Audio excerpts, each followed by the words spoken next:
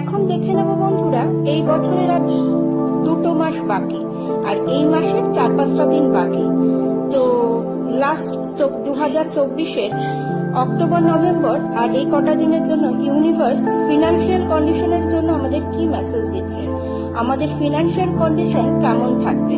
তাহলে দেখে নেওয়া যাক আমাদের ফিনান্সিয়াল কন্ডিশন কেমন থাকবে।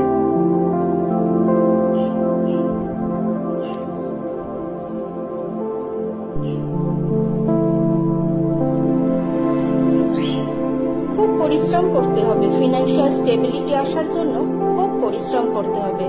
খুব পরিশ্রম করার ফল গিয়ে হয়তো একটু আপনারা স্টেবিলিটি দেখতে পারেন।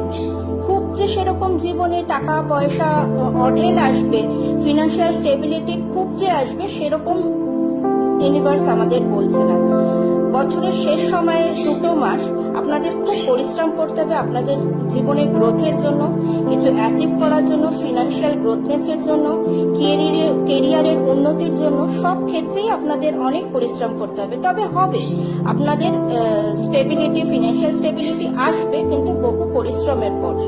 হঠাৎ প্রাপ্তি হবে না, বা যেরকম আপনারা অনেকে এক্সপেক্ট করেন যে আমি অল্প পরিশ্রমের মধ্যেই আমি কিছু আশাতীত রেজাল্ট পাবো, সেরকম কিছু হবে না।